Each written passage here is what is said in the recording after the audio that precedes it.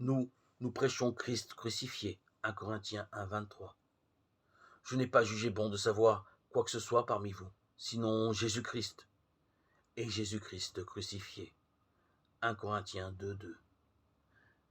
S'il y a quelque chose d'extraordinaire dans l'histoire du monde, c'est l'immense développement pris par le christianisme.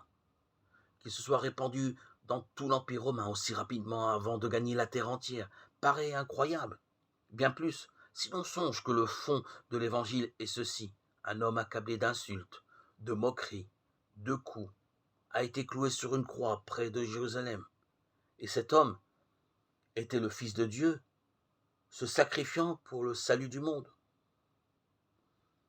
Imaginons l'opposition que devait rencontrer l'annonce de l'Évangile à des personnes qui n'étaient certes pas des simples d'esprit, des juifs religieux d'un côté, des grecs entraînés à la philosophie de l'autre.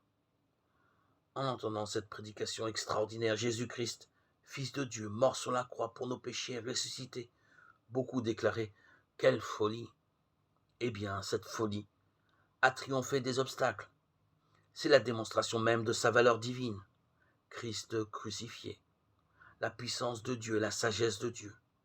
Car la folie de Dieu est plus sage que les hommes, et la faiblesse de Dieu est plus forte que les hommes. 1 Corinthiens 1, 23, 25.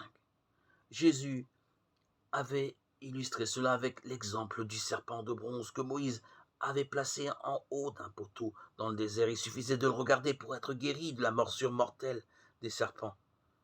Que symbolisait-il? Jésus crucifié.